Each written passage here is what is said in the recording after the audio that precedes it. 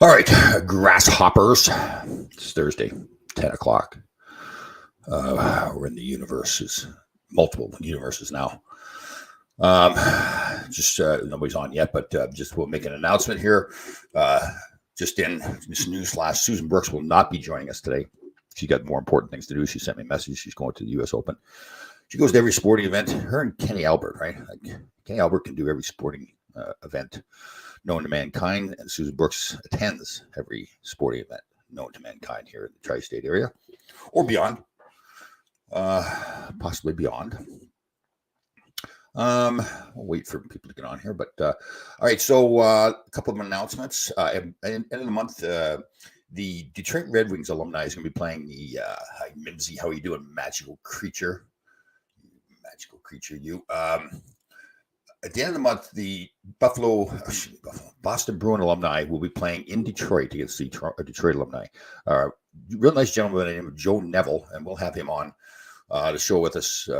He's putting it all together, paying for the players to come in and everything. All the charity, the money raised would go to children's charity.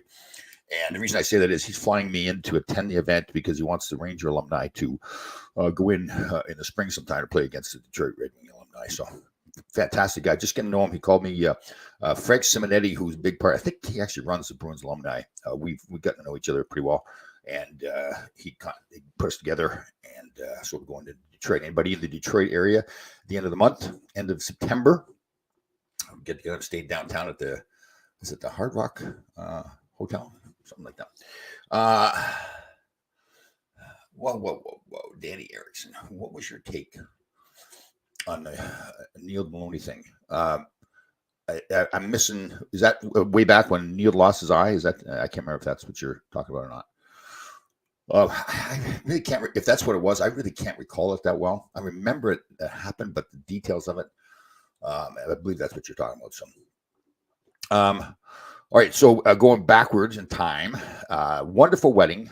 Jackie DiPiazza is now Jackie Farrell. Got married to a fantastic young guy, Matt Farrell. He works for the National Hockey League, actually. Wedding was down at Point Pleasant, New Jersey. Great time. It was one of those weddings where everybody was just having a blast. Quite a bit of alcohol was flowing, and a lot of dancing. But it was good, though. They did their speeches, but they spread them out kind of so that there wasn't all just like a series of speeches where it was quiet. So it was a blast, a lot of fun. Stayed down there. It was dangerous, though, because the hotel we stayed at was right beside the venue. So you didn't have to drive anywhere. Didn't have to walk too far. So a few people got lit up pretty good. It was. It ended at 11 o'clock, but started at 6. Lots of food. They had like hors d'oeuvres and everything prior to the event. Great stuff too. Really good food. And then they actually had the dinner, obviously. Myself, Mike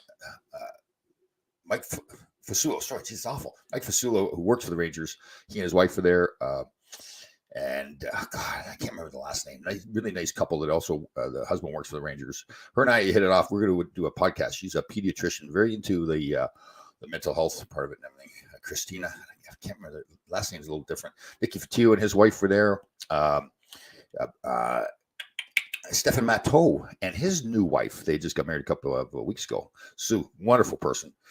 They were there, and Adam Graves and his lovely wife Val.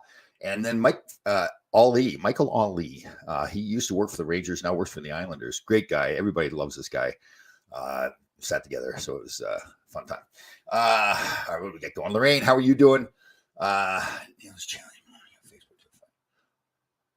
didn't see this. This challenge belonging on Facebook to a fight. I didn't see that. You'd mentioned that before, and I didn't know what. This is just recently, too? Wow. I wonder what started that. I don't think, because Neil lost his eye. I don't think Dave was the one that was responsible for that, was he? I don't know what that is. Ira, sex machine, sex machine.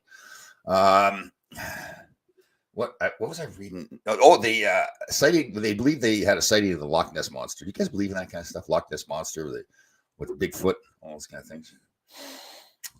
I do. Yeah, could be. There's no reason to say that can't happen, right? Like UFOs and everything. I swear I saw a UFO with my first ex-wife way back in the mid 80s in Rye Brook, New York, driving across the Hutchinson River Parkway, and a whole bunch of people stopped there too. Carla Sherman is here today. Where's Laidlaw's wife? Carla Sherman, how are you doing? Where's Laidlaw's wife? Which one? They're gone. Unless you're talking about Tracy, like you tried to say that Tracy and I. There'll be no more marriages. No. Done that. It's funny when you go to a wedding, it's all a fun time. Everybody's yucking it up. You're thinking, I think I mentioned this before. Bill Burr, it's not like we're best buddies or something like that, the comedian, but we're friends. He does a skit where he talks about marriage. He says, so 50% of marriages end in divorce. Now, if you had that same kind of percentage, if you were going to get on a plane and the plane was going to crash, would you get on a plane? So, he's pretty fun. Oh my goodness. Look, hold on, everybody. Hold on. Newsflash. Hold on. Stop the presses. Look at hi, everyone. And right off the bat, right, she comes in with the multiple exclamation marks. Multiple. It can't just be a regular conversation. It has to be something special. How long? Okay, we're gonna get into the whole marriage thing. Okay, first one I think lasted around 11 years. Although the last 3 years you wouldn't even consider it a marriage. Really, we did not like each other. And then the second one was about 3 years. We'd lived together for a while, her and I first. So, what is going on here? What? And that she doesn't. No, she intentionally doesn't put anything at the end. There's no punctuation or nothing. She shows her disgust. Right? You are a pain. Okay. I need opinions here. Okay, everybody, huddle up here. So I've been accosted now. I think accosted is the right way to say it. 3 times by 3 elderly women here in our complex. One that was a neighbor, wonderful person. Apparently, I had my TV too loud outside, and she was right. But she came after me, and she was right. I needed to turn the TV down. I didn't think she had to be as any contact. And then hold on, let's answer some questions there. Since Fanny asked, did you see red flags and ignore them when you get married? Oh yeah, totally.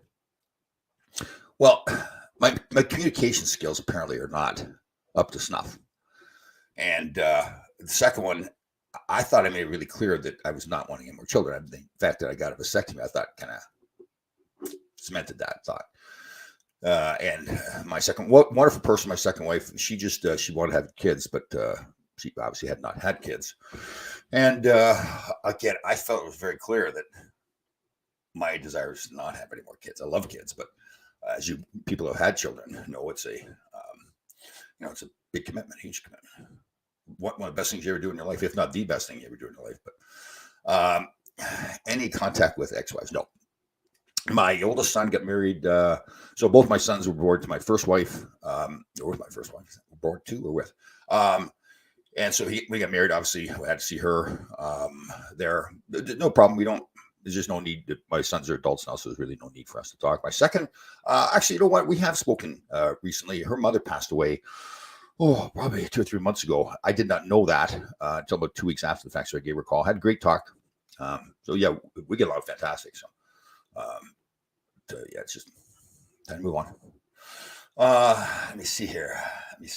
Okay, I've got multiple Oh, look at this. Your communication. Look at the capitalization there. Still aren't. Oh, it's better. The main thing is my communication skills are better. They're still not very good, but they're better. Especially like writing. Oh man, my texting is terrible. Like it's just short. Sometimes people send me a long text or long email, and I can't even read it. Like it just goes on forever. It's like a Bible or something like that.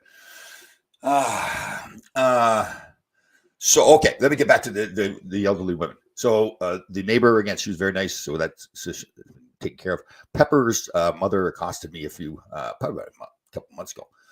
I had just the barking was nonstop, and so I think I asked them loudly and firmly can you please stop the dogs barking? So then she mustered up some courage and comes flying like a day or two later. You can tell some just burr up her butt or Bonnie or whatever it is.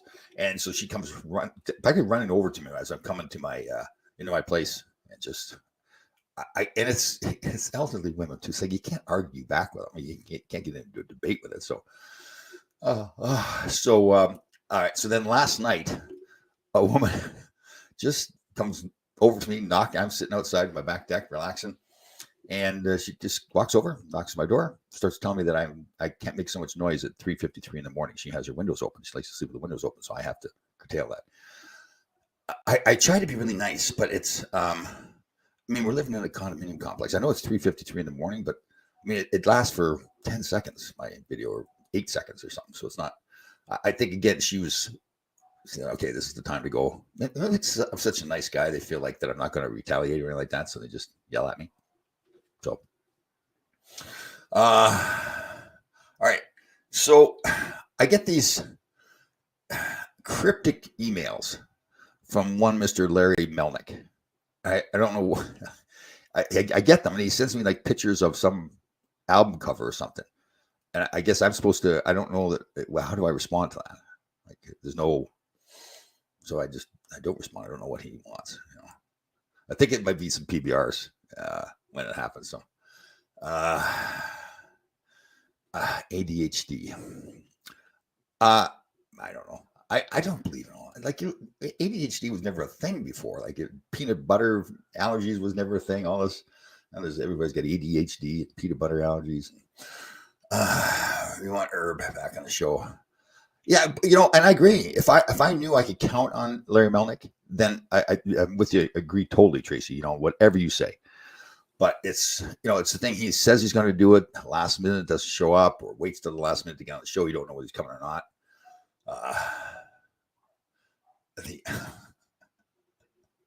The other 2 years old. Oh, Dad, that's a good one, Daddy. Good one. Larry Melnick. It's not just you. Oh, I think there should be a comma there, shouldn't there? Larry Melnick, comma. It's not just you. I'm saying, and we don't have to be perfect like that.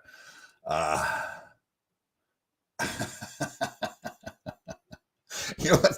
When I send those things out, I'm giggling like a little kid. I think it's the funniest thing in the world.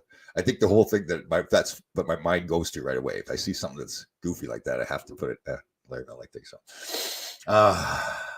let me see here. I'm cracking up. Lady Loves World, rules don't apply. No, that's not true at all. The rules do apply. And that's, I try to enforce the rules. Dog's supposed to be on a leash. I like some guy yesterday had his dog off, and the UPS truck pulled up, and the guy's going, "Oh, Buffer, Coco, don't stay here, Coco." I'm like, God, embarrassing. The guy's got his wife's underwear on, for God's sakes. Let me see. Yeah, but how do I respond? I get a picture of a album sent to me. What do I say? Oh, nice album. Okay, I'll do that from now on. Let me see.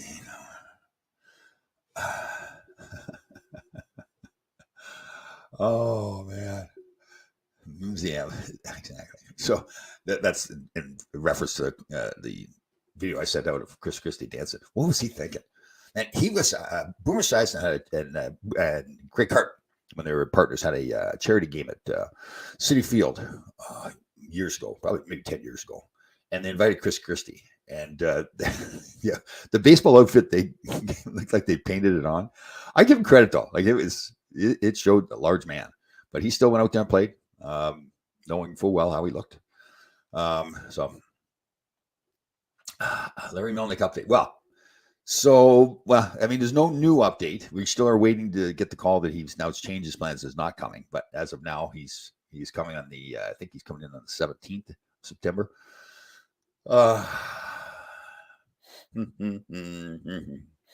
It was a thing. They just put in the. Oh, I see the ADHD and all that kind of stuff. I don't know. I'm not trying to argue with you, Carla. I'm just not big on. I think they created so many new diseases and everything so they can sell their medication. But that's just me. Melnick is more lip. Oh, hip. Sorry, I thought that said lip. Joe. Let me see here. Joku Rikupuru. Joku Rikupuru. Joe. I don't know who that is. I'm sure we're going to get filled in. Just so everybody knows, too, Susan Brooks has left a message with me. She will not be attending today. I know that's a sad day. She had more important things to do. She had to rearrange her sock drawer. Let me see. It's Joku Wukapu. I'm missing this altogether. This is obviously some hip thing or something. Melnick knows who Road Rage the Machine are. Yeah, I think he does know all that stuff. Yeah, I have no clue. Well, thank you for asking, Larry Melnick. I know you really care about me. It's not that you want to ride once you get here. No, it isn't. They can't even figure out what's wrong with it yet. So what happens is it makes this grinding noise, but it doesn't always do it. Like the second mechanic has it now, who's friends with the first mechanic, and he's driven it several times. And he can't get it to make the noise. I'll get in and drive it, and all of a sudden it makes this grinding noise, like the gears are grinding together. So, let me see here. Where's Daddy going with it? Mel is raging, and Tom's whipping out. Yeah, okay. Thank you. He's coming to my. In fairness, Tom, you're never on the show anymore. Yet you're still commenting. Yeah. Thank you, Mimsy. Good point by you. You intelligent creature. Magical intelligent creature. Yeah, it's like it's like this little game. He wants to be in charge, right? Like there's gonna be one guy that's the host, a guy that host and produce the show. And if somebody says they're going to be on the show, they need to follow through. But that seems to be a common theme with Larry. Maybe it's because of that bike that he got there that we showed the video of with the thing sticking up from the seat. Oh, I'll tell you, some of those videos, they're painful to watch. Like people falling down. It's like, how are they? I'm assuming some of these people get hurt. If you ever watch his reels on Instagram, oh God. So, hi Deb, you magical creature. You see what Tracy's doing there? Just so everybody knows, here's the psychology, right? So she picks on me, says, the pain in the ass, all that kind of stuff. And then she's nice to somebody else to try to show how much of a pain in the ass I am to her. Right. Let's see here. Magical creature Deb. What's happening? In my defense, I've not been invited. What's ever stopped you before? I didn't invite you to come and stay at my house, but you're still staying here for a couple of days. We'll see how long that lasts. So what, you need an invitation? You weren't invited to stay. That's going to be painful. 2 days with Larry Melnick. Oh, God. I should mention, I don't know if we have any followers down in Florida, and it looks like they got hammered pretty good there. Let me see. Let me see. If you invite my wife and Tracy on the show, you will probably be battered, Bruce. Yeah, I'd like to do. Well, yeah, there's another one like Tracy too. Like, oh yeah, I'm going to do it. Constant excuses, just constant, nonstop excuses. I'm not picking on you. Stop the madness. What's in the middle there between you and stop? Like, what is that? Like a pause in the sentence? Wouldn't that be a comma? But I'm trying to, I'm not really trying to pick on Teresa. I'm just trying to learn more about the English language. No, Larry. There'll be no 4 days. That will not happen. No. They have things called hotels. I have things called no patience. Let me see. Yeah. Is it possible to lock this monster? So I was a former sleepwalking to the buffet. Oh goodness. Oh, you're terrible, Katsi. I thought you and Katsi were kind of buddies. Did you guys communicate? Or is it like his form of communication with you is? Yeah. 4 days, not happening. Yeah. Thank you, Mimsy. Yeah, I don't go see. I don't go stay at somebody else's house. You got hotels. I just,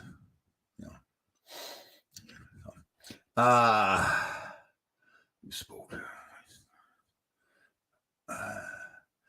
You know how it sounds. We've spoke out, voice to words. Huh. We've spoke out, voice to words. Have to get some clarification on that. Oh, goodness. There you go. My wife has warmed up to you, which are a mystery to her. She finds the No Air Sea. Second year in a row, no air. When I had Maverick with me, I was contemplating to put it on last week, but he was fine. So he got him some ice cubes. Let me see here. It's an N dash, which is better than an M dash. Okay. You're going to have to explain that to me. Put voice to text. Huh. Okay, Trace. Yeah. Put voice to text. Let me see here. He told me to go F yourself and suck up the lid. Oh, that's right. That was the last communication you had? You lucky man. Oh.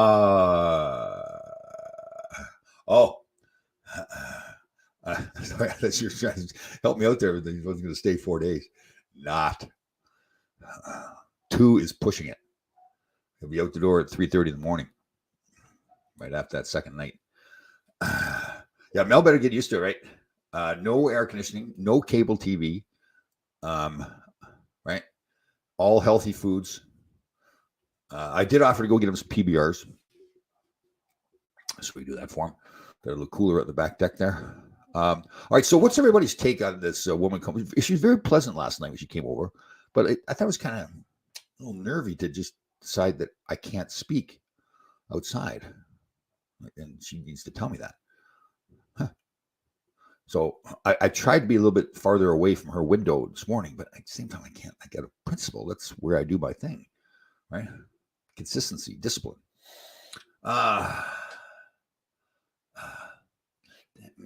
Lisa Lee, you don't chime in too many times. Lisa Lee Martello, what's on the agenda during Larry's visit? Get him out the door as quick as possible. Golfing with Dave Maloney, so I can have my sanity. And then, it's the whole thing. Like, so my day starts at 3:30, talking all day long and everything. So when 4 or 5 o'clock comes around, it's time to go out in the back deck there and relax. Maybe have a cocktail or 2 or more. And that's peace and quiet time. So I hope this. Larry and I have talked enough with you. So we don't need to talk anymore. Let me see here. What do we got? Don't worry, Mel. We can sneak you Twinkies and M&Ms. No, not in this house. There's no smoking, no crappy food. Don't do that. Nope. That's the worst I've got in this house. I got some chocolate, some dark chocolate, little squares that are sitting there. They're more for guests. I guess. Let me see here. What do we got going? Is Jeep staying?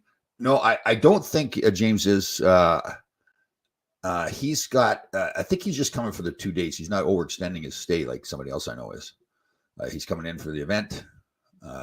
Rangers put him up in the hotel. Now he may stay around. He's got a friend of ours, a mutual friend of ours that he stayed close to, that lives in the area. Rocky Dantona. Does anybody, again, do we have anybody that's down in Florida? I don't think so. I think like Larry Podwell that used to chime in. I think he's down in Florida, but apparently it got a little nasty down there. So hope everybody's okay. And then I saw where there's a warning. They're saying all U.S. citizens should get out of Haiti because of the gang wars and stuff like that. The rest of the people can stay. Which is, I guess the U.S. only concerns itself with U.S. citizens, but at the same time. Good morning, Jessica Danahy, you magical creature. Let's see here. There's open winter earplugs were. Yeah, right. I just, again, I get her point, but, we're all, when you live in anywhere, I mean, there's houses around or you're living in a complex like this, there's no rules against speaking outside. It's not like I'm yelling or anything like that or honking a horn. But again, she was very nice. We had a nice conversation. She asked, she said, what's a grasshopper all about? So I had to explain that to her. How about a loud concert with Mel and Kotze? Yeah. Think of those two together. Now, Mel's a good guy. He pretends to be grouchy. Kotze, I will leave that alone. Let me see here. Oh, thanks, Deb, for asking. Magical. He was excellent. He was really good. I think, he wound up a little bit being in a different place, like spending the night. So he was conked out the next day when Shane came and got him. I think slept the whole day because but he was good. He came up at one point in the middle of the night. I put him up on the bed. He'd put his paws up really cute. I thought he was going to sleep on the bed. He jumped down again, went down and slept in the kitchen. I woke up at 3:30 and I thought, oh God, I can't go. I'll skip today because I don't want to wake him up. And then I'm sitting there wondering, is he okay? Because this is not moving. But he usually sleeps until 6:30, so he was fine. I came down around 5:30. He comes out of the kitchen, and dog's got that sleepy little face going. It's so cute, wagging his tail. So, yeah, all went well. Yeah, a couple of big poops. One poop first day, and another poop early in the morning. So it's good poops too. Oh man, he's a pooper. He's just like his grandpa. Some monster poops. Let's see. It could be melted. Hey, Thomas, it's true that all of my guests at your palace get a goodie bag upon checkout. No, I'm not Derek Jeter. Get a kick in the butt. Get out. On Andy's candies on his pillow. No, I ain't getting a pillow. He better bring his own pillow.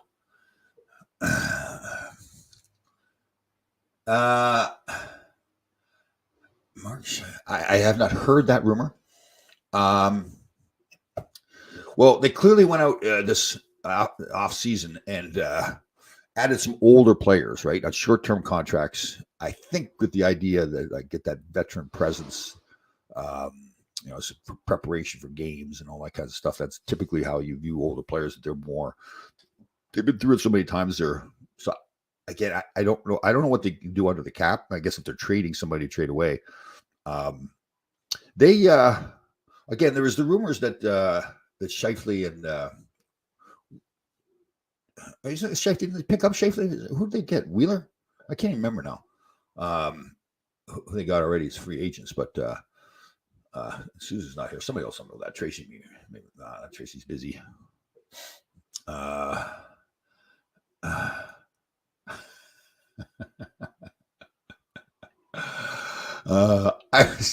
I'm proud of my grandson, the dog. God, man, just I'm bragging about something he did, and I can't be proud of my grandson. Oh man, he's a good pooper. I mean, like sometimes like dogs, they it's a cow turd or something like that. Like a cow when it poops, it's like a pie. It just forms like they grow on the farm. You walk around those things, they harden after a while. So he had a good solid, easier to pick up with the little bag. Like I like to when I pick up the dog's poop too. Like you put your hand right into the bag, so and then you're using almost like the bag like a glove when you pick up the poop. It's all warm and everything too. That's a little bit. That's not good. And then you just fold the bag inside out, and you've got the poop inside the bag already. That's pretty genius way of doing it. But yeah, the warm poop when you first pick it up. But again, he's got that good poop, so it's pretty solid. So he usually doesn't leave anything on the grass. He'd like to be able to pick it up. All good. So good pooper. Yes, Deb, I do. I hard on everybody else with their dogs and not picking up the poop and not having a leash. So I thought, well, if I'm gonna say to everybody else, I guess I've got to do it.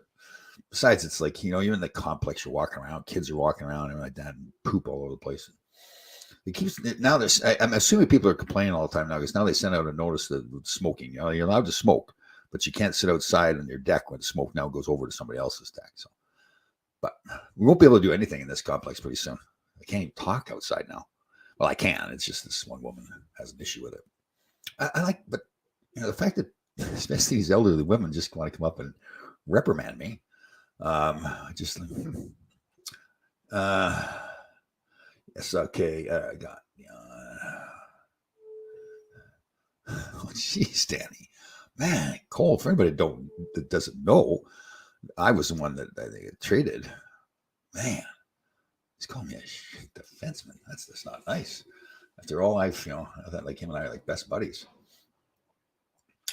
Yeah, if they eat proper, it's like they're like humans, right? You got to feed them proper food. Like he doesn't get any human food. Oh, he likes cucumbers. Oh, cucumbers good for him. Gets the special snacks and dog food. So yeah.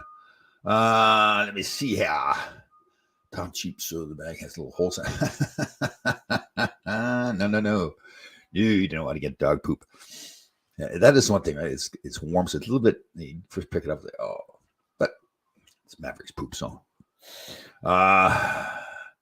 yeah, she hasn't been here long. The new tenant, but I have noticed the window open. But I'm like, it's like, I mean, what are people not supposed to be able to pull their cars in and lock the door and have the little beep going? I mean, you can't have it like not. There's Mr. Wally Thacker from Coquitlam, British Columbia. Friends, well, I wouldn't call him friends. It's not fair to call him friends. Larry. He knows Larry Melnick. So, Mr. Wally Thacker. What else was I saying? Okay, so we had the Loch Ness Monster. A funny video people put together of all the times when Joe Biden couldn't finish the sentence, like and how it mumbled up words and everything. Oh God. Sycamoose, Tom. Oh, I'm sorry. I apologize. Sycamoose, BC. Wally Thacker. That's right. Well, that's where Ronnie Flockhart is. That's where they hang out. If Jennifer Lawrence were represented, Tom, the team would be different. Jennifer Lawrence, Halle Berry. Ooh. I'd listen to her more, but I wouldn't just stop doing it. You can't just because it's an attractive woman. This woman was an older, attractive woman. She's a very nice person. I admire the way she did it. She wasn't getting mad at me like the other two did. I just thought it was kind of a bold move to just go over to somebody's house and tell them that they need to shut up. She didn't say shut up, but basically that's what it was. So again, I tried my best today. I can't stop doing it. That's right. That's what I do. But went a little farther away from her place. We'll see how she responds. I was actually going to call her name. Her name's Joan. I was going to call her name this morning. Good morning, Joan. I did joke around. She has good sense of humor. I said, well, I'll come get you at 3:30 in the morning, then we'll go for the walk. No. She says, oh, I'm awake already. She was not. She was feisty. Feisty. Biden is the first president to not participate in any of the events in Virginia or Pennsylvania. My cousin died. Yeah, I know. You're right. Part of me thinks we don't want him around anyways. Any of these politicians. I'm not just picking on a Democrat. But at the same time, he is the leader of the U.S. That's one of the major. So many people lost their lives, and the way they lost their lives, and it's one of the most horrific things that's happened in this country. To not be able to take the time to.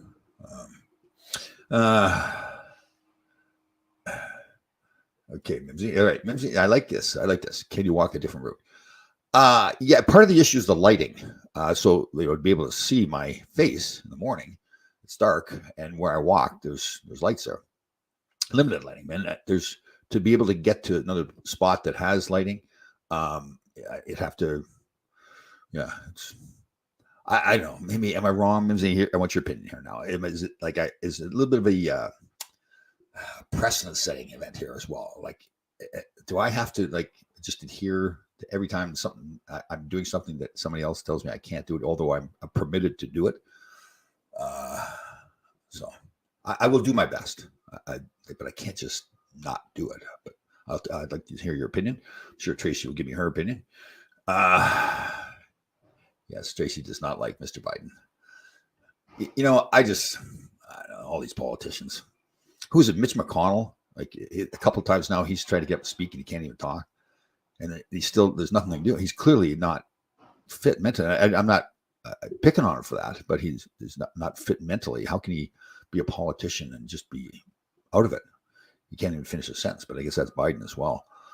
But that's sad. I think it for the country. And imagine the rest of the world looking at the U.S. now when we have politicians get up there, they can't even speak. And again, I'm not trying to pick on him. It's clearly he's got dementia or whatever it is. There's some issue with him. George, good point by you. I did mention that to her. George, I said, listen, you can come with me at 3:53 and go for a walk. She got a kick out of that. She laughed. She says, no, I'm awake already now because of you. But she wasn't backing down. I think she just lives by herself. She's one of those women that she's firm, very firm. You see here, you know what you look like. No need for jeez. Unbelievable. Oh, just when I thought our relationship was turning the corner. Surprised not presidency always greeted those who gave the ultimate sacrifice for land in the U.S. Yeah. I wonder with his health, what he can and cannot do.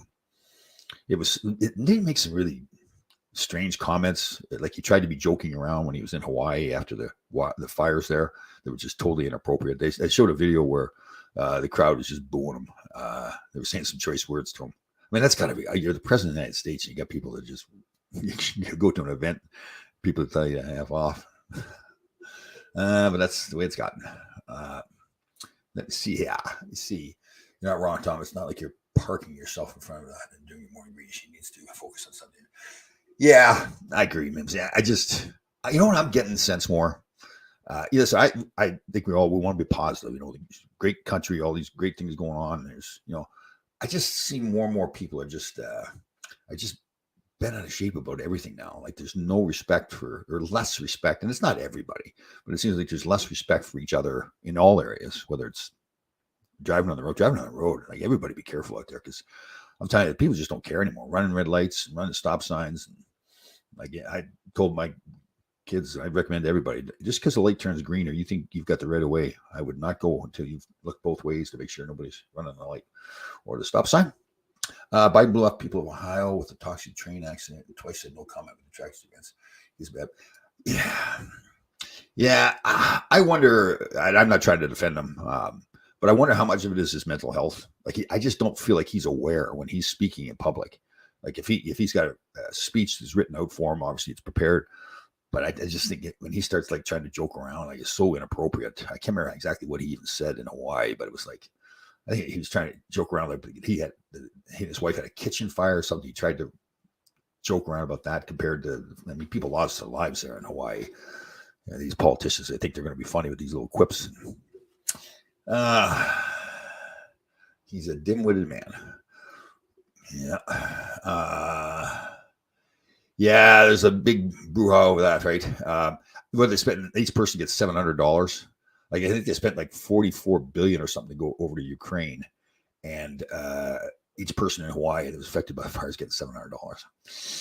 So, yeah, that is one of those things that, okay, it's nice that we're helping another country. We'll be trillions of dollars in debt, anyways. So that's another topic entirely. And it's nice that we're helping another country. That's fantastic. But yeah, what about our own first, right? Again, it doesn't mean we can't help other people, but part of it is too. I was talking to my youngest son Cody. He was pretty smart on this stuff, talking about how a lot of people just don't want to help other countries, but in our own best interest, if we don't help them and have an alliance with them, then countries like Russia and China will, and then now they align with Russia and China, and now we've lost.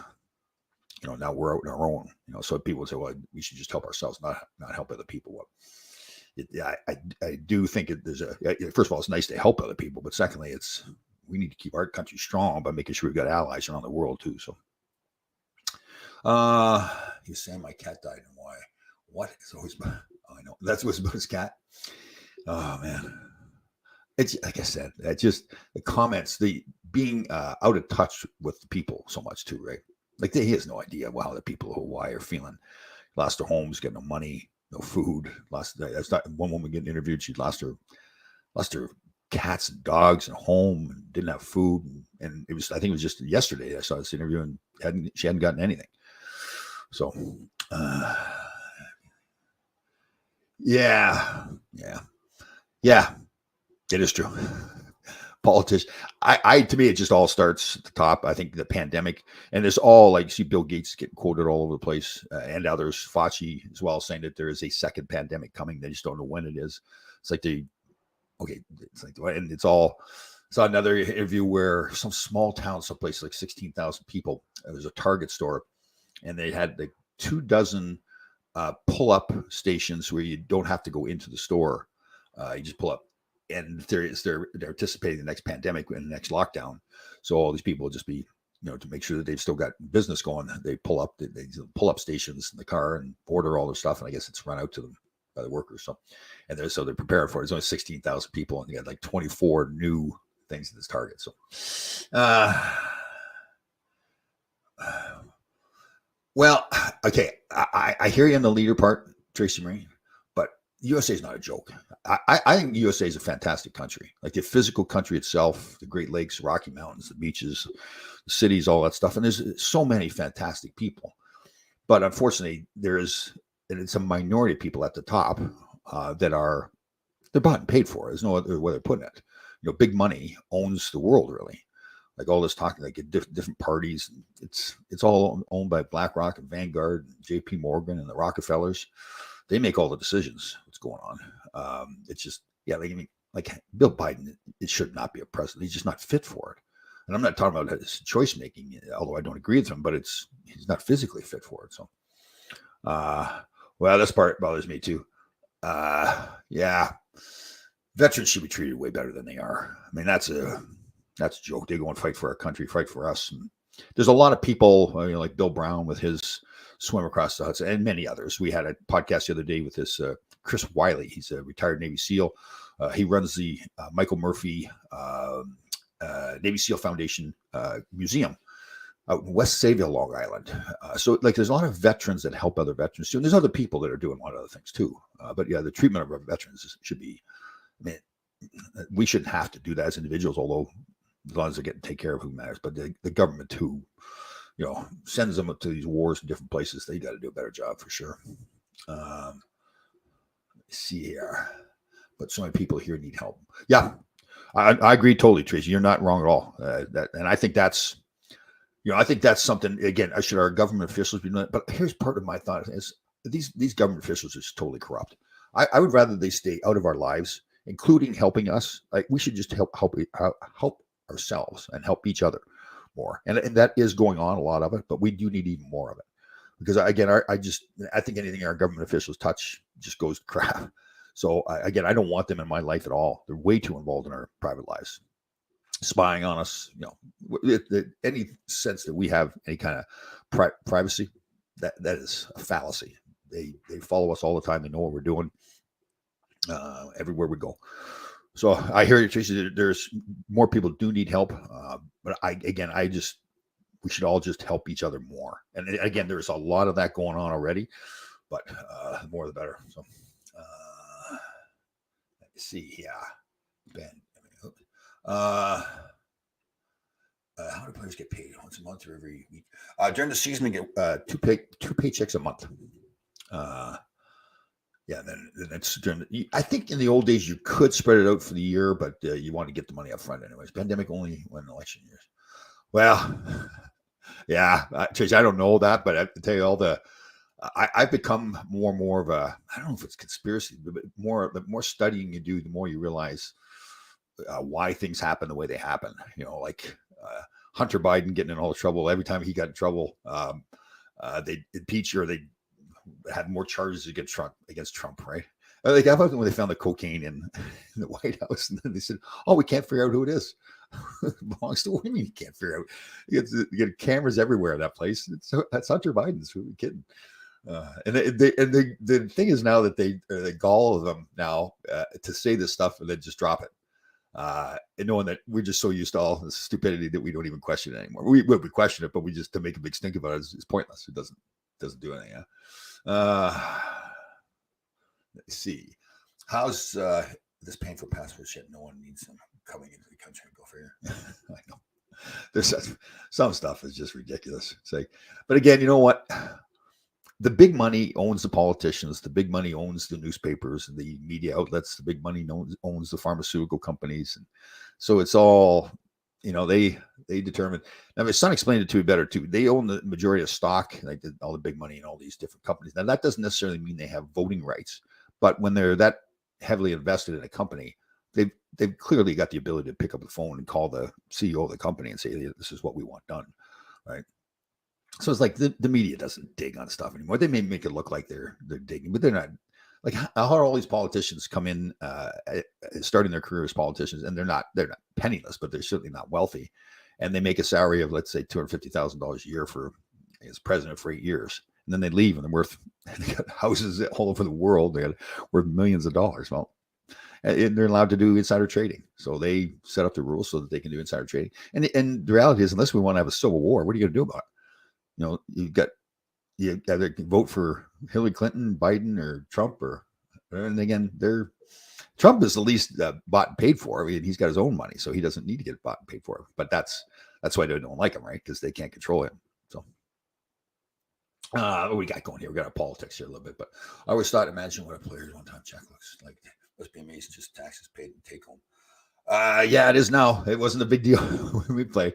Again, my first salary in the NHL it's a long time ago. 81 was my first season with $60,000. I had $25,000 signing bonus and $60,000 salary. Thought I was just the king of the world too, as far as money. Went back up to Marquette, Michigan after the first year, and bought everybody kegs of beer, the whole bit.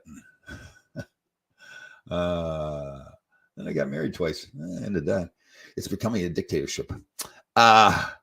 Well, it's certainly becoming, and has been and is becoming more, again, controlled by big money, right?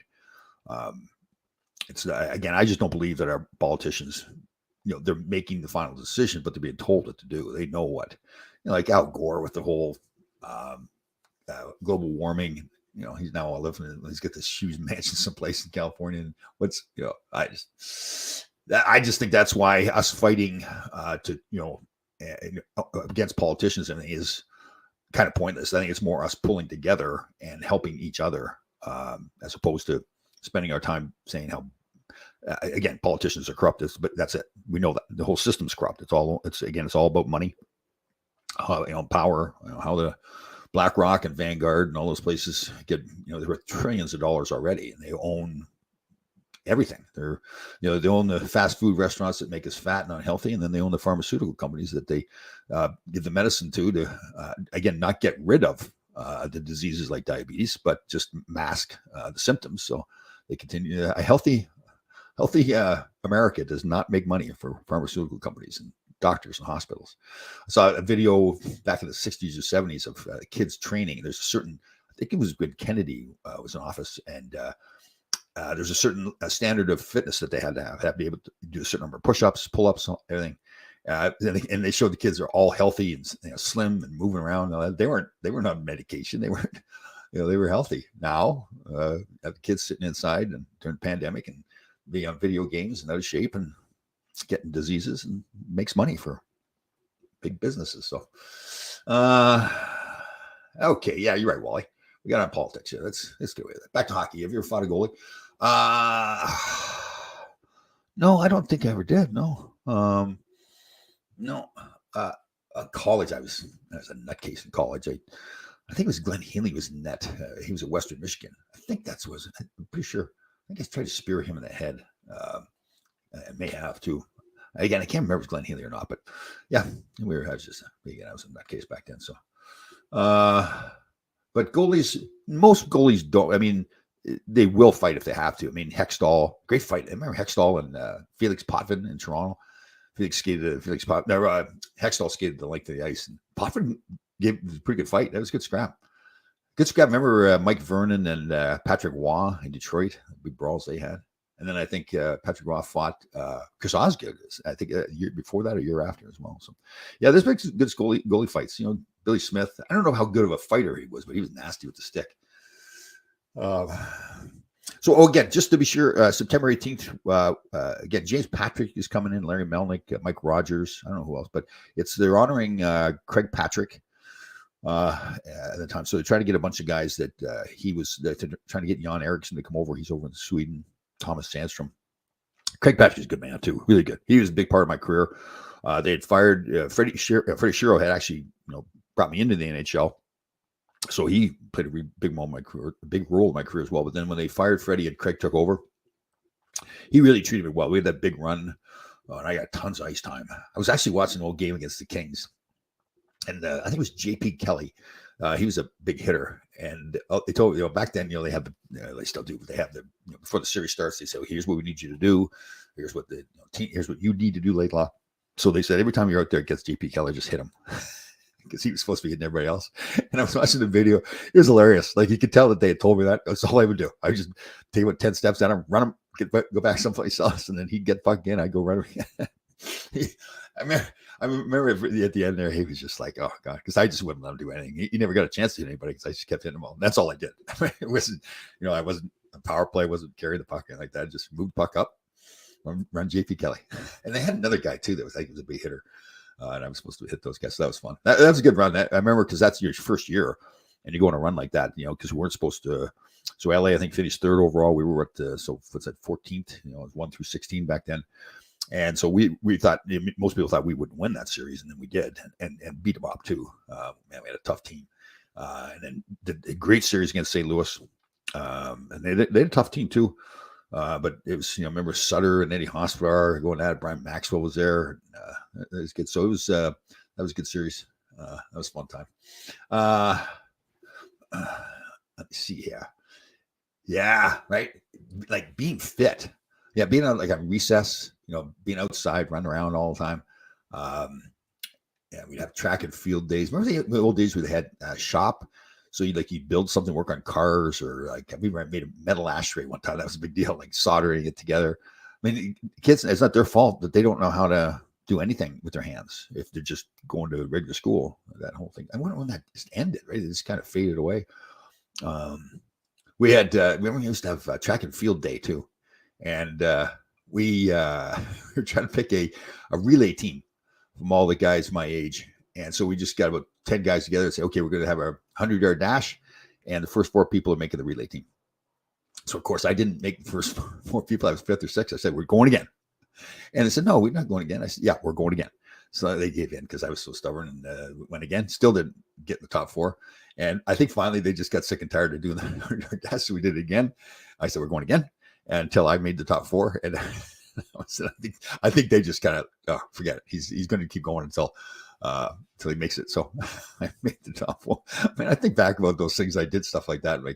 And people must be looking at me like, what a jerk. But I had this, I guess it was built into me that I was just never going to quit, and paid off. But man, along the way, I'll tell you what, that is the thing I've learned, like with all this motivational speaking I do. That's one of the things I've learned, that if you're going to really accomplish big goals and dreams, people won't understand you. They won't want to, you're going to lose some friends. People won't want to hang around. You got to make that decision. If you really want something bad enough, that's the life you're going to lead, that people just going to be looking at you like, what an idiot. And that certainly was my case. I mean, I had lots of friends like that, but when it came to things like that, making a team, I was going to make the team no matter what.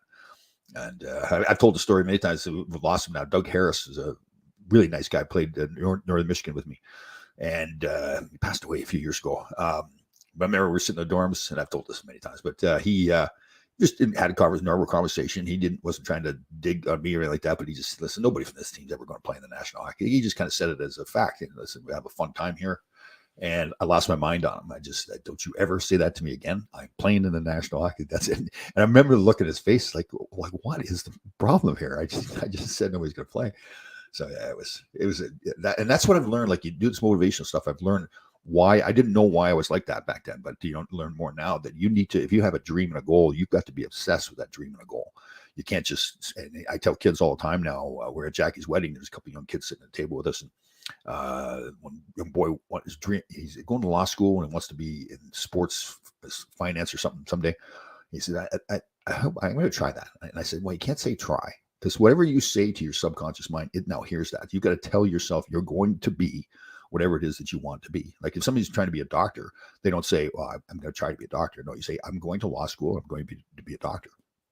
So they say to the kids trying to play in the NHL, it's the same. Your goal and dream. Every player that's playing should have a goal and dream. That's to be the best, to be an NHL hockey player, knowing full well that the odds are greatly against you. But if you're telling yourself that you may do it, you're giving yourself an out already by saying, I'm going to try, or maybe I will, instead of saying, no, I'm going to do it. Right. Climb ropes.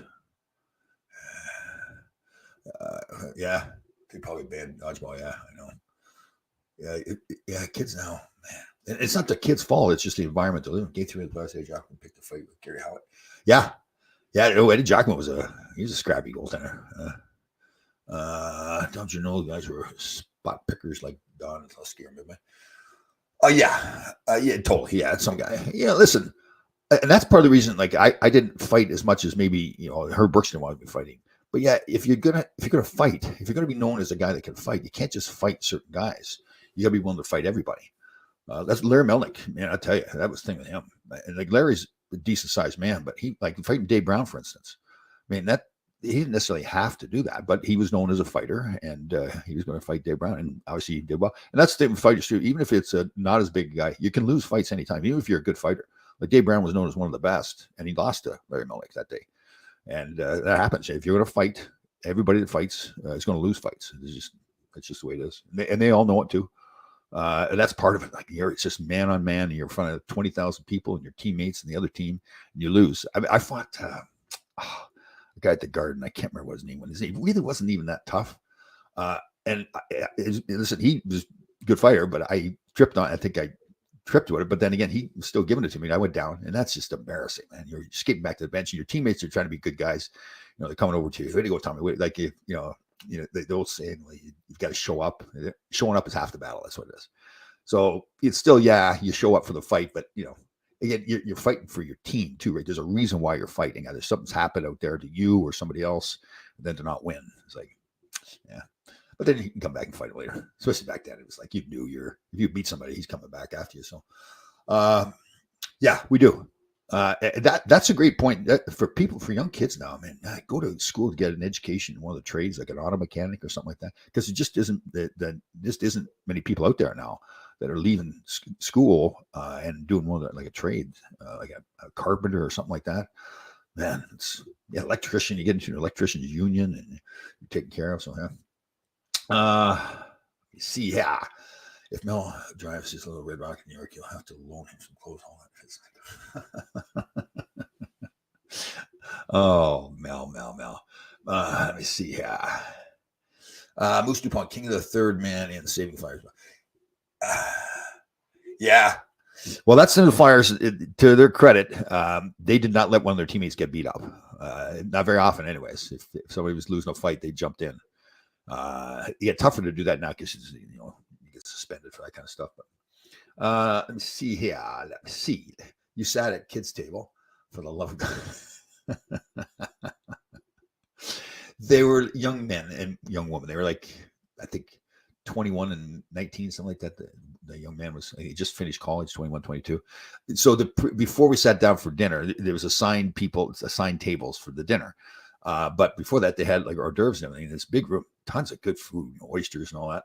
And you can sit wherever you want there. So I ended up sitting with this family. It was actually Jackie's aunt from down in Florida.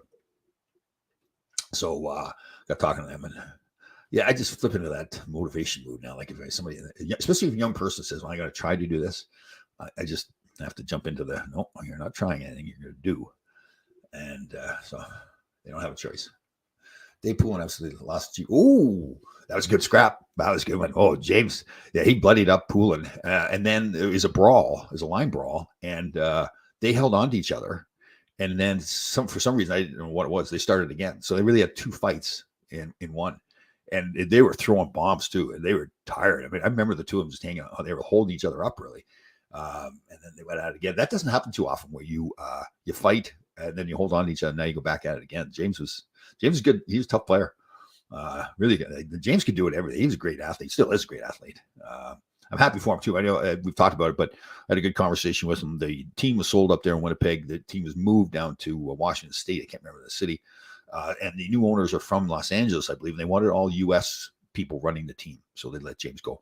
The good thing for James with that was, and it did really turn out good. He's decided to take the year off of coaching, but he had, I don't know, 5 to 10 teams contact him. Several of them saying that, listen, he's the best coach in the league. They want him there now. But they said, okay, we'll wait for you till next year. So I think the reason I say it's good is that kind of confirmed to him or reconfirmed how good of a coach he is. Because again, remember, he'd been an assistant coach all his NHL career with Lindy Ruff.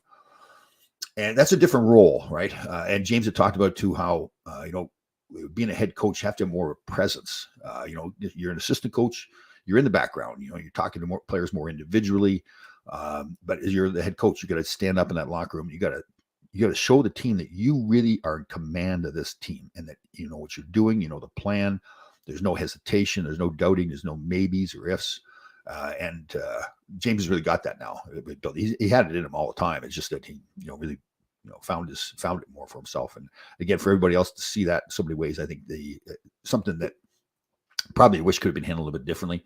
Because he didn't find out until he'd heard rumors from everybody about the team being sold, and he was told by the management that it wasn't being sold. So, but again, worked out well for him. Let's see. That was right. Micro talks more all the time. Welders should trade people 100%. Yes. Yeah. Absolutely. Right. And man, you're outside all the time. It could be. I guess you maybe not. Totally, you have the opportunity, maybe more of an opportunity to be your own boss too. So yeah, yeah, I remember that. That was good. Duke. There's another tough guy too. I remember that, right? Because Duke kind of called him back.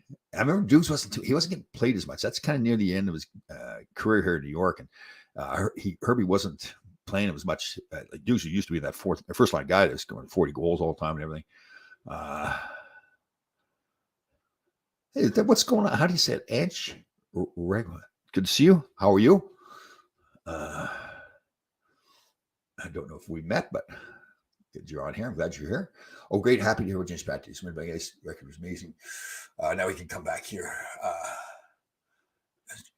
Oh, that's right. Yeah. You know what? That's right, too. I got to get him back on the show. Right. Again, he'll be here for the golf tournament September 18th. I think he's coming on the 16th or 17th. So we're going to try to get something going on to get all the fans together. At bare minimum, do something online when everybody's in town. Mike Rogers, funny group of guys too. That was the early years for me when Craig Patrick was running the team, and we had some great guys. You know, like seeing Mike Rogers again. If Jan Erickson comes in, Thomas Sandstrom was in. Again, James Mel. Let's get Willie Huber's passed away. He was a good guy too. He was. It's funny. He was that big guy, especially in that era where you wanted your big guys to be like really physical and fighting. And that just wasn't Willie's game. Willie was a skilled guy. Like he was one of those rare guys that was big but really skilled. He shoot the puck, pass it, carry it. Just a really fun guy too. Like the doop-a-doo and not in a good way. He was fantastic. Grass will be in town. Yeah. I'm trying to think. I think Andre Dory's he's in town here. Unfortunately, his wife is not doing well physically. And he hasn't been able to attend many events, but I think he's going to be here for the golf tournament. Again, he's living up in New Canaan. I don't think Bubba's coming in. Again, that's only because of the distance and the expense to get him here. It's a big trip for him, but apparently he's doing well. He was here in the U.S. recently. I saw a posted online. So I'm glad he's doing better than he was. Again, he was not doing well. And the reason I talk about it, he talked about it very publicly, his addiction to sleeping pills. And I think there's some after effects that are still plaguing him, but he's doing much better than he was. Poor man's been through a lot. His involvement with Mark Pavlich, he lost his son, obviously, he was murdered. And then his mother passed away recently, too. So he's been through some tough times, big man. Another great guy, too. Man, was he a funny guy? He had a great sense of humor. And he didn't care either. There's all rumors and stuff about him, but what he's doing, he could care less. He's going to do what Barry Beck wants to do.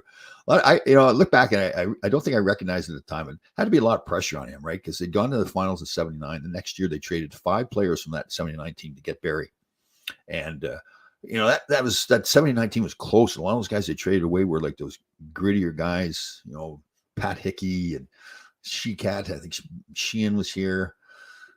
Those guys, and Mike McEwen was one of them too. And so now Barry's going to come into that locker room, and the expectation is that okay, we just went to the finals, and now we traded away all these guys for you. I think guys all liked him and respected him. It was the expectations for him. And then that year they be out the first round, I think. But then in my first year, 81 went to the semifinals against the Islanders. So man, and we had some. Again, I've used this story a lot when we had Clark Gillies on, and he talked about how in 84, when we lost, Kenny Moore scored in overtime. He thought that if we'd won that series, we could have won the Stanley Cup. They were that good. And I looking back at that team and watching those games, I mean, the Islanders were still the Islanders. I mean, they were coming to the end of the run, but they were still that character team. And we should have beat them. Game 4 was the game we really screwed it up. Game at the Garden, we're up 2-1 in a 5-game series, so could have finished it there and didn't. But that Game 5 was a great game to be a part of. It would be nice to win it, but. Ron Duguay. I don't know, Deb, it's a good question. I'm assuming he is. He's usually around for those things. Yes, we have had Barry on the show. Actually, on the other podcast, on the Full Change podcast, we had him from Hong Kong. I think Tom Smith, the producer, was able to edit it enough to. It was just had some problems with the reception because it was over in Hong Kong, but I think he got it cleaned up enough that we'll be able to use that one. I'm coming to Audi. Make it happen, Lidla. Please, sir. Deb, Tracy, just for you. I will get that done. Okay. Goodness, man. I guess women just, I think women just want to command me. Like, I get these women here in the condominium complex that like nasty. One last night wasn't nasty, but it's like telling me what to do. This is what it's going to be, Tom Laidlaw. But she did say, please, sir. That's nice. But I think that might be a theme for my life. Let me take a look at that. Like women, like my ex-wives telling me what to do. Obviously, I didn't do it. Hence I'm divorced. But what is it? What is men is it always like that with a relationship between men and women? Do women always trying to tell us what to do? I don't remember that. What we got going there? I remember seeing Bubba in shorts and cowboys with it. I remember that picture too. And that's the kind of stuff like most guys wouldn't do that, you know. Like I've told this story after practice, he'd take all his clothes off. I think he'd keep a pair of underwear on or something. It was just a jock strap, and oil himself up and then lift weights in front of the mirror. Everybody's like the young kids would come in like be scared to death. He was a monster. He's a big man, and he was jacked. And the rest of us are just like, what are you doing now? But you know, and he wasn't like constant. That's the thing. He wouldn't constantly do it. So when he did it, it's like it was hilarious. Like, and he'd do it like with a little smirk on his face and everything. Like he knew what he was doing. He was doing something that was so outrageous. Everybody was like, funny man. He was good. No, Tracy, we're not going to treat you like one of the guys. You're a soft-hearted, sweet woman. Excuse me. Swallow a fly there or something. Let me see. You catch more flies with honey than vinegar. Yep. What's the other saying too? Bees don't teach flies. Bees don't explain to flies why honey tastes better than shit. I always thought that was pretty good. So they don't waste your time talking to somebody that's just trying to convince somebody to do something. Ronnie Jameson, you magical creature, you got here. I was just waiting. I was not going to hang up on the show until you got on. Now you're here. Good job. Who's starting to keep her? I would say that's pretty much a draw. You know, one of the guys that was not here long. Remember Brian McClellan is a GM down in Washington now. I was a strong man, like and like that big, strong, like natural strong. He lifted and worked out and everything, but I was up there in that category. I wasn't as strong as Nicky or Bubba. Who else could be in that category too? James Patrick, he was a little lighter than that, so he maybe wasn't. But his brother Steve, when he was a strong guy too. Interesting.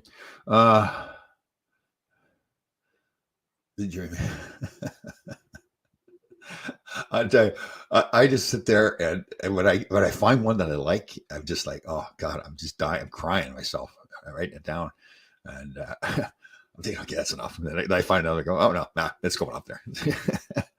Oh, funny stuff. There's some hilarious stuff. Like just some stuff, I like it's painful to watch. Like the people had to get hurt. They're doing like it seems like people like skateboards, you know, going down the rails and landing on their crotch and everything. So stuff is some of the stuff I can't watch anymore because I think somebody's got hurt here. Larry was here, Ron, but who knows now? He's probably putting some perfume on or something like that. Oh man, I thought you came on at 11. No, sorry, Barry. 11 o'clock is on Monday. 10 o'clock is on Thursday.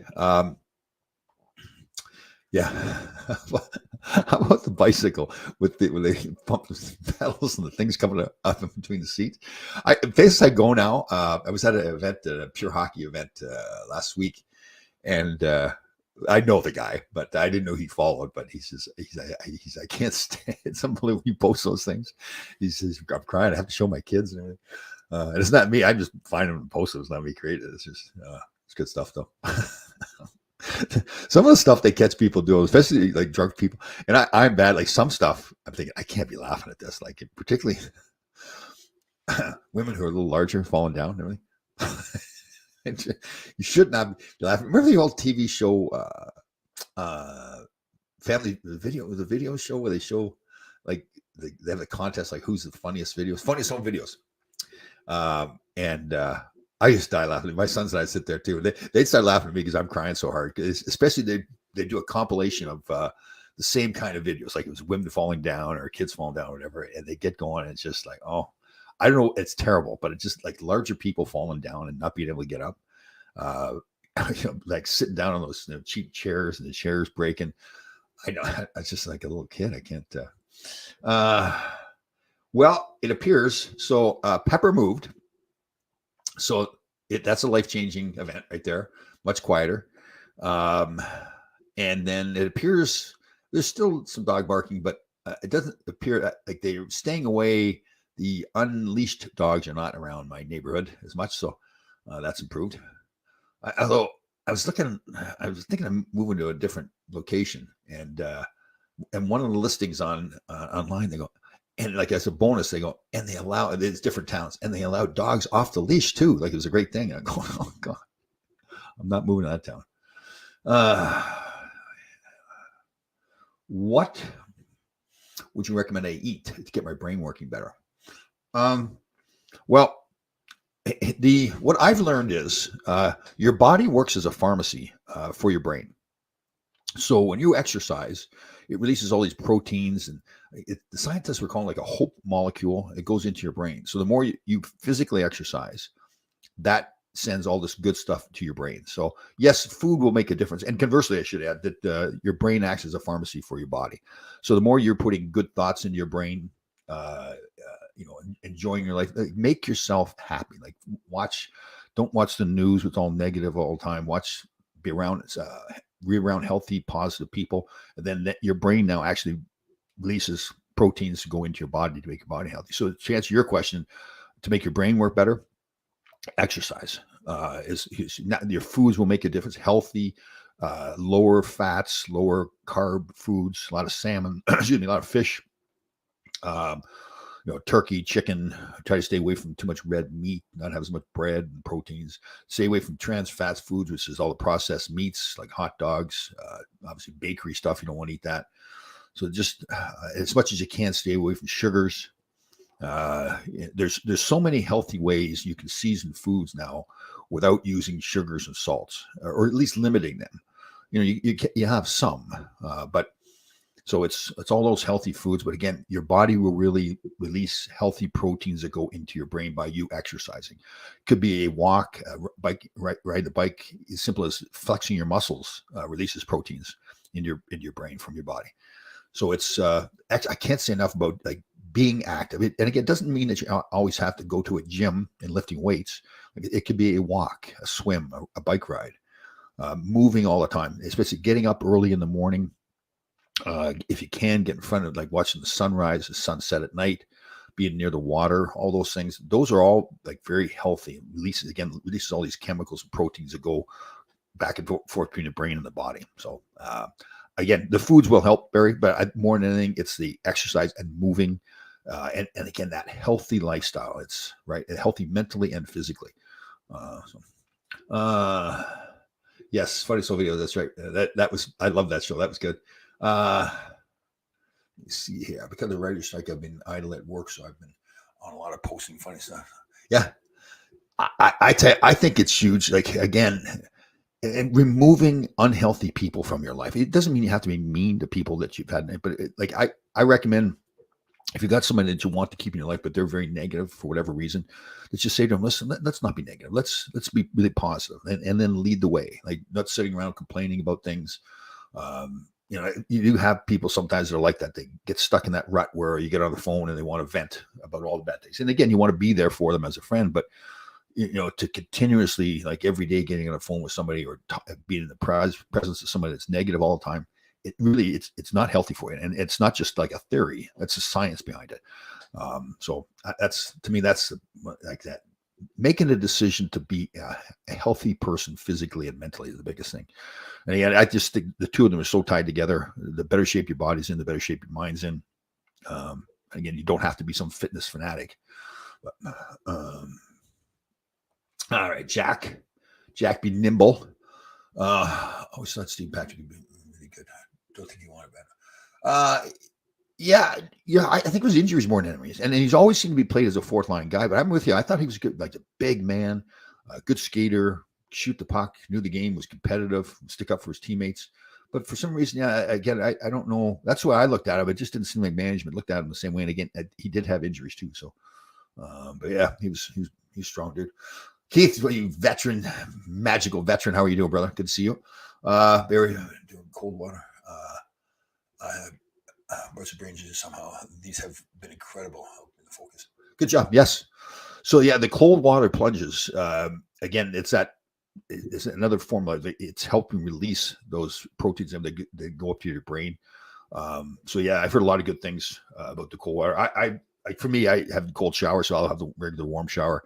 And for the last 2 or 3 minutes, stand there in the cold shower, try to get it as cold as you can. And it's great. It gets you out of your comfort zone too, right?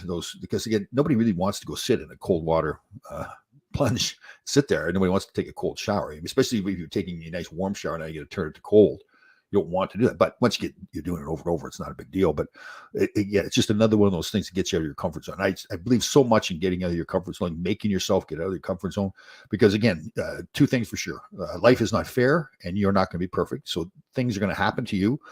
You're going to make mistakes, and that will force you out of your comfort zone. Now, the more you're out of your comfort zone, you're more comfortable being out of your comfort zone. But if you don't do it very often, then it becomes this bigger deal. Like, like when you get people, we've talked about this before, people talk about athletes, hockey players in particular, having a high pain threshold. I don't think they have a higher pain threshold than anybody. I think it's just they're so used to getting hurt that they know it's going to heal. Like, it's not as big a deal. Like, you break your finger. It's first, like, you first do it. It's the first time I broke my nose when I was younger. Like, my parents got surgery on it and the whole bit. I broke it like 15 times after that. And it's just after a while, once you break it so many times, you realize, okay, it's broken. It's not going anywhere. So,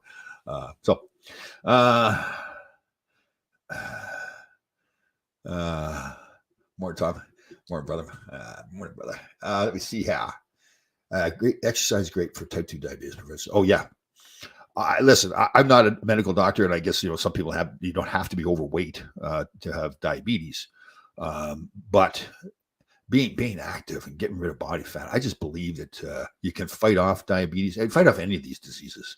I don't want to say people that you should not take medication, shouldn't go to the doctors, whatever, but I would hesitate not to just run to the pharmacy right away to try to heal anything that's going on with you. There's so many ways and to prevent injuries too, or sickness and illness, being healthy, the food you eat, the red meat, and like we talk about, the processed foods like the hot dogs and everything. I mean, that's just poison for your body.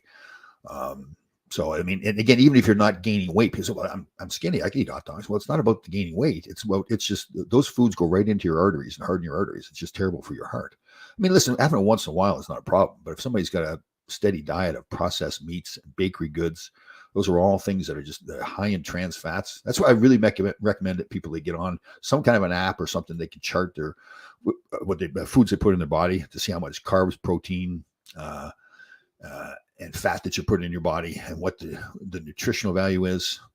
I've been reading more stuff about, like, again, I'm a big believer in intermittent fasting.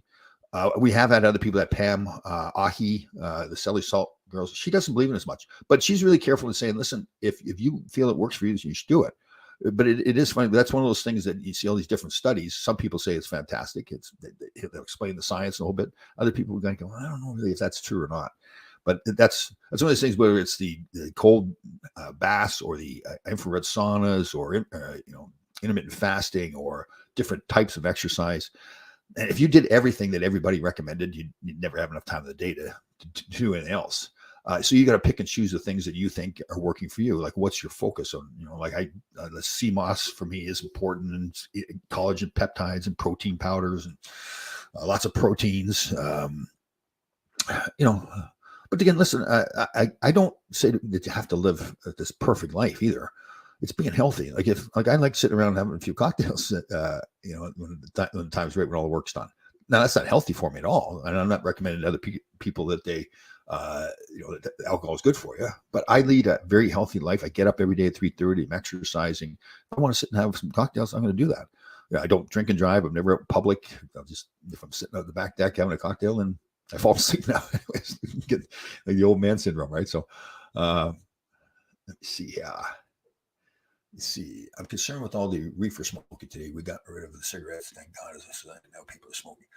Yeah, I think the stigma about marijuana itself being unhealthy for you is gone for most people, particularly. Yeah, but again, they're smoking now again, right? So now that's going into your lungs. I'm assuming that smoke is as dangerous as cigarettes were. I don't know.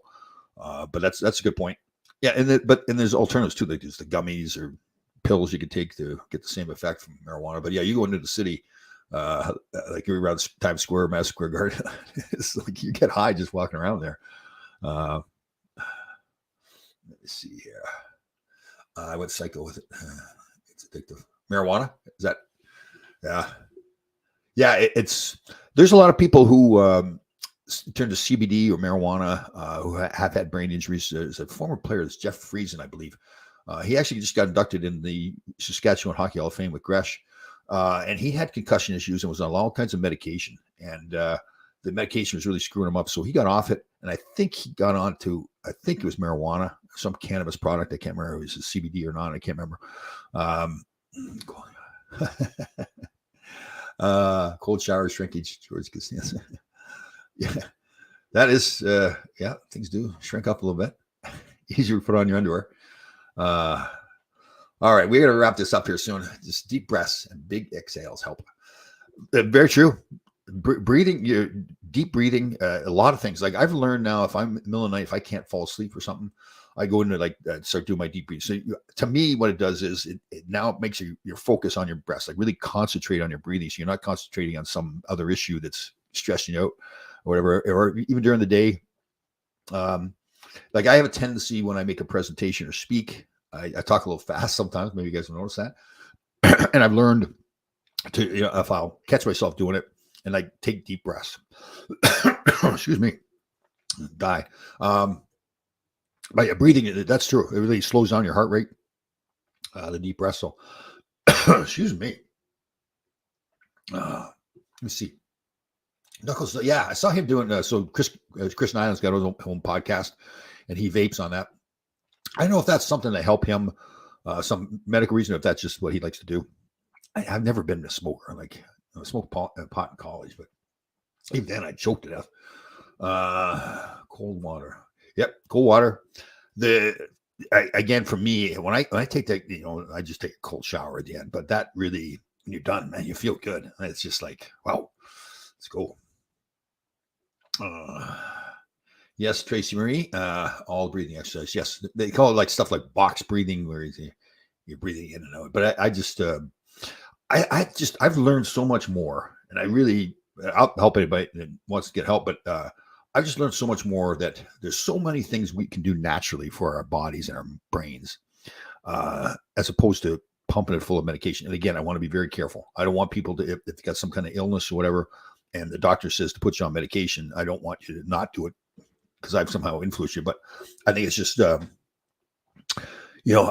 again, just to fight off any kind of illnesses, like me. What happens is, as you get older, two big things that I see happen: that you lose your testosterone level, that goes down, and you lose muscle mass, and those cause a lot of other issues. Your testosterone level going down. It just, your sex life, a lot of diseases are related to your testosterone level dropping. And you can eat lots of foods that help raise your testosterone. I mean, you research your own.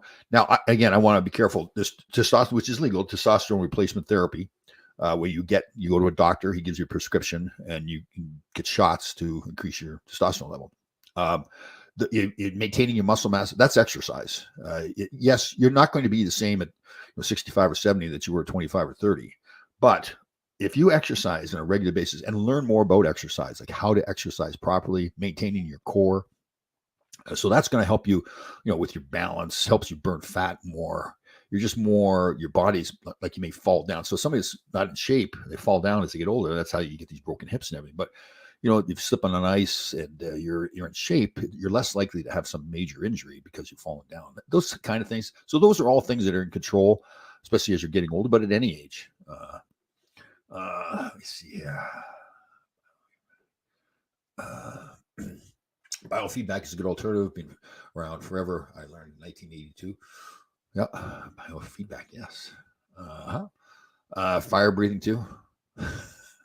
You do that, Tracy. You're a fire breathing woman. Just want to say thank you for your time and thoughts every week. I look forward to being here. This is good. I'm glad we're helping, Jack. That's cool. Yeah. I hope, I've learned so much from other people. Remember we used to have that epidemiologist on? It's awful. I can't remember her name now. We had Jackie Long, the hypnotist. I want to keep doing that some more, getting people on that are experts in certain fields, because I've learned so much from them. Like Jackie Long, when she talked about, she's a hypnotist, and she talked about your what's awful? I can't remember what she's talking about, but she talked about how your from your last trimester in the womb up until like 8, 9, 10 years old, your subconscious mind, sorry, my mind's gone like that. Your subconscious mind is formed by the things that happen to you, positive, negative, trauma.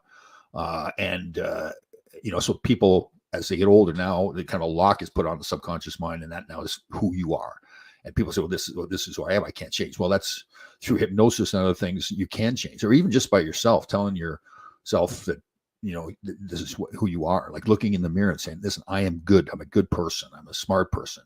I've learned, it used to be you go into a gym, you try not to stare at yourself in the mirror because it's kind of cocky or whatever. But I think it's really important. Like this is the physical part of it. If you're in the gym to work out and be in shape, well, then look in the mirror, say, okay, yes, I'm working hard.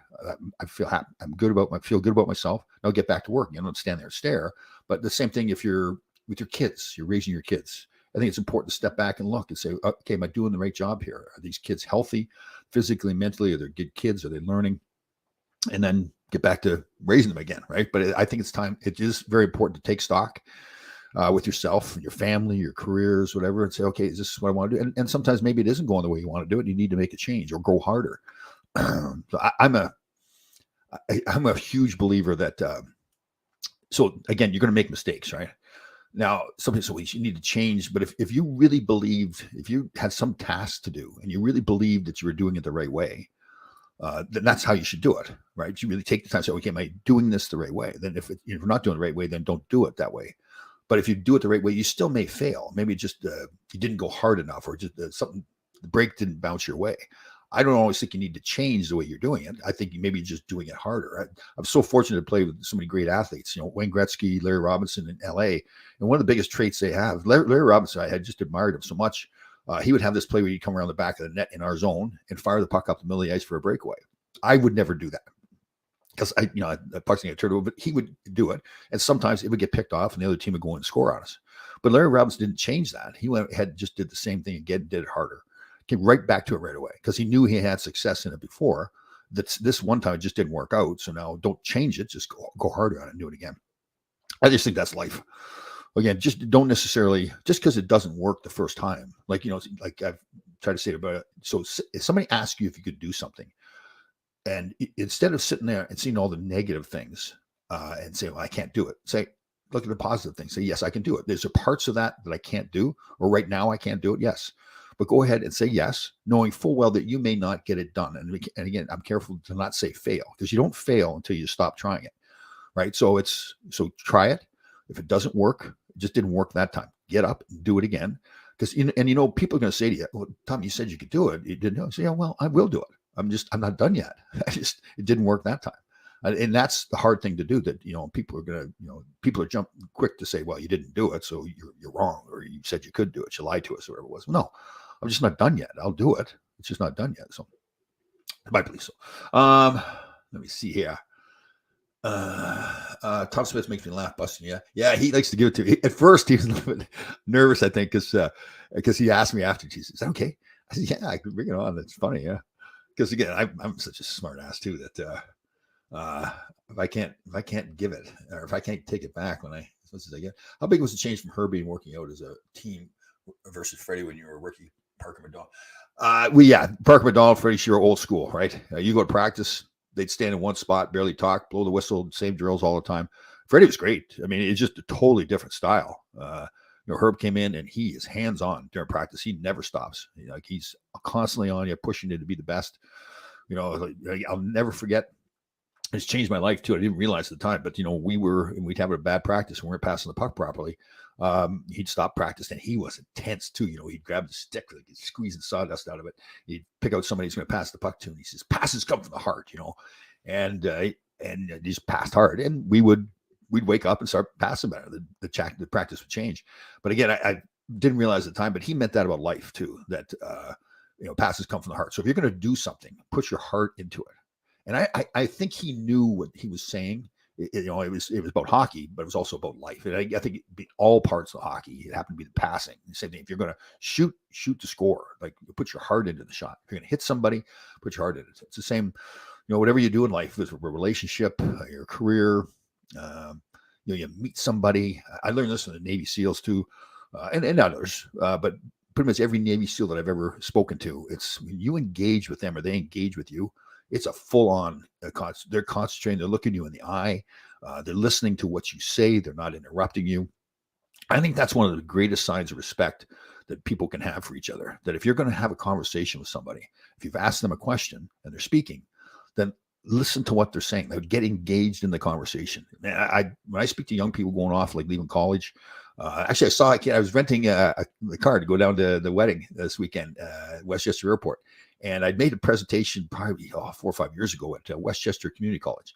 And the young guy behind the desk, he's pausing, he's looking at me. He says, "I remember you. You came and made a presentation." And I said to them, and I'll never forget this too, that they asked at the end of the presentation, "How do you make that a good impression on somebody?" I said, "Well, you look him in the eye, you listen to the conversation, you shake his hand firmly, and you really pay attention to what he's saying." And you could tell, I think he did it more because I was there. I don't know, maybe he does it all the time, I don't know. But he really looked me in the eye and the firm handshake and everything. I started laughing. I said, you picked that up from the presentation? He said, "Oh, yeah, I remember it." So it was pretty cool that he was doing that. But yeah, that's a huge part of it. Let me see. I kind of got off the topic there, didn't I? Went on a ramble. Do you guys ever discuss the maintaining of this herb over beer? I don't recall, and we had Mark Pavlich, Rob McClanahan. I don't recall us really talking about the 80 Olympics that much. When you're playing, I've said this before too, and it's not always good in some ways. You're so wrapped up in your playing that's your focus. You're totally selfish in most cases. And I don't mean that like these bad guys, but you have to be so wrapped up in your career, like in all parts of it, right? Being that team player, practice, that even like the poor wives and family members, you don't even realize that you're doing it until your career is over. You just think that's just the way the world is. That's the way everybody handles things. You're just totally focused on your thing, your team. I guess that's why the divorce rate is so high with the guys just make bad decisions. I'm not blaming the women. It's bad decisions about partners because you're not focusing on your life. Like Larry Melnick, I totally admire him for this. It's like he was one of the few guys that has got married when he was playing, or at least met Rochelle when he was playing. And stayed married. Most guys, I bet you it's 90% of the guys that get married when they're playing, who get divorced after, more because it's just like, who are you? Like again, the players are just so wrapped up in their careers that they're not paying attention to anything else. So it kind of has to be that way in some ways. But all right, guys, we went for a long time today, and Tom was rambling. That's good though. Tracy's back there breathing fire someplace. All right, everybody have a wonderful week. We'll see you next Thursday.